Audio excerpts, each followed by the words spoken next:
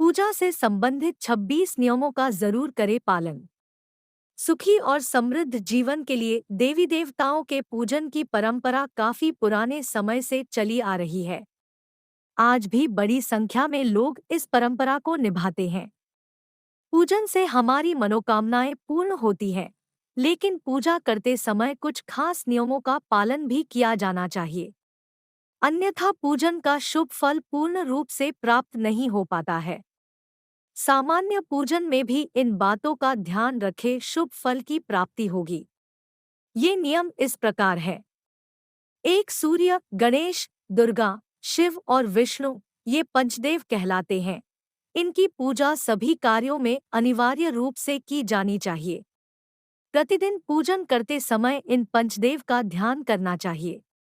इससे लक्ष्मी की कृपा और समृद्धि प्राप्त होती है। 2, शिवजी, गणेश जी और भैरव जी को तुलसी नहीं चढ़ानी चाहिए। 3, माँ दुर्गा को दूर्वा, एक प्रकार की घास, नहीं चढ़ानी चाहिए। यह गणेश जी को विशेष रूप से अर्पित की जाती है। 4, सूर्य देव को शंख के जल से अर्घ्य नहीं देना चाहिए। 5, तुलसी का पत्ता बिना स्नान किए नहीं तोड़ना चाहिए। शास्त्रों के अनुसार यदि कोई व्यक्ति बिना नहाए ही तुलसी के पत्तों को तोड़ता है, तो पूजन में ऐसे पत्ते भगवान द्वारा स्वीकार नहीं किए जाते हैं।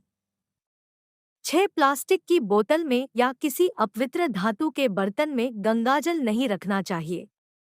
अपवित्र धातु जैसे एल्यूमिनियम और लोहे से बने बर्तन में गंगाजल नहीं रखना चाहिए। गंगाजल तांबे के बर्तन में रखना ही शुभ रहता है। 7, मंदिर और देवी देवताओं की मूर्ति के सामने कभी भी पीठ दिखाकर नहीं बैठना चाहिए। 8, केतकी का फूल शिवलिंग पर अर्पित नहीं करना चाहिए। 9, किसी भी पूजा में मनोकामना की सफलता के लिए दक्षिणा अवश्य चढ़ानी चाहिए। दक्षिणा अर्पित करते समय अपने दोषों को छोड़ने का संकल्प लेना चाहिए। दोषों को जल्दी से जल्दी छोड़ने पर मनोकामनाएं अवश्य पूर्ण होंगी। 10, दूर्वा, एक प्रकार की घास, रविवार को नहीं तोड़ी जानी चाहिए। 11, माँ लक्ष्मी को विशेष रूप से कमल का फूल अर्पित किया जाता है। इस फूल को 5 दिनों तक जल छिड़क कर पुन चढ़ा सकते हैं। 12, शास्त्रों के अनुसार शिवजी को प्रिय बिल्व पत्र 6 माह तक बासी नहीं माने जाते हैं। अतः इन्हें जल छिड़क कर पुन शिवलिंग पर अर्पित किया जा सकता है। 13, तुलसी के पत्तों को 11 दिनों तक बासी नहीं माना जाता है। इसकी पत्तियों पर हर रोज जल छिड़क कर पुन भगवान को अर्पित किया जा सकता है। 14, आमतौर पर फूलों को हाथों में रखकर हाथों से भगवान को अर्पित किया जाता है। ऐसा नहीं करना चाहिए। फूल चढ़ाने के लिए फूलों को किसी पवित्र पात्र में रखना चाहिए और इसी पात्र में से लेकर देवी देवताओं को अर्पित करना चाहिए। 15, तांबे के बर्तन में चंदन, घिसा हुआ चंदन या चंदन का पानी नहीं रखना चाहिए। 16, हमेशा इस बात का ध्यान रखें कि कभी भी दीपक से दीपक नहीं जलाना चाहिए। शास्त्रों के अनुसार जो व्यक्ति दीपक से दीपक जलते हैं वे रोगी होते हैं।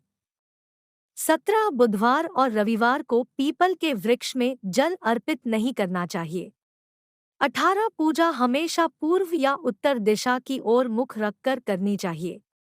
यदि संभव हो सके तो सुबह 6 से 8 बजे के बीच में पूजा अवश्य करें। 19, पूजा करते समय आसन के लिए ध्यान रखें कि बैठने का आसन ऊनी होगा तो श्रेष्ठ रहेगा। 20, घर के मंदिर में सुबह एवं शाम को दीपक अवश्य जलाएं। एक दीपक घी का और एक दीपक तेल का जलाना चाहिए। 21, पूजन कर्म और आरती पूर्ण होने के बाद उसी स्थान पर खड़े होकर 3 परिक्रमाएं अवश्य करनी चाहिए। 22, रविवार, एकादशी, द्वादशी, संक्रांति तथा संध्या काल में तुलसी के पत्ते नहीं तोड़ना चाहिए। 23, पूजाघर में मूर्तियां 1, 3, 5, 7, 9, 11 इंच तक की होनी चाहिए, इससे बड़ी नहीं तथा खड़े हुए गणेश जी, सरस्वती जी, लक्ष्मी जी की मूर्तियां घर में नहीं होनी चाहिए। 24, अपने मंदिर में सिर्फ प्रतिष्ठित मूर्ति ही रखे, उपहार, कांच, लकड़ी एवं फाइबर की मूर्तियां न रखे एवं खंडित जली कटी फोटो और टूटा कांच तुरंत हटा दें। शास्त्रों के अनुसार खंडित मूर्तियों की पूजा वर्जित की गई है। जो भी मूर्ति खंडित हो जाती है, उसे पूजा के स्थल से हटा देना चाहिए और किसी पवित्र बहती नदी में प्रवाहित कर देना चाहिए। खंडित मूर्तियों की पूजा अशुभ मानी गई है।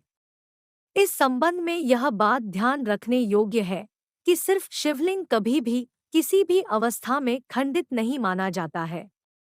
25 मंदिर के ऊपर भगवान के वस्त्र, पुस्तकें एवं आभूषण आदि भी न रखे। मंदिर में पर्दा अति आवश्यक है। अपने पूज्य माता पिता तथा पितरों का फोटो मंदिर में कदापि न रखें, उन्हें घर के नैऋत्य कोण में स्थापित करें।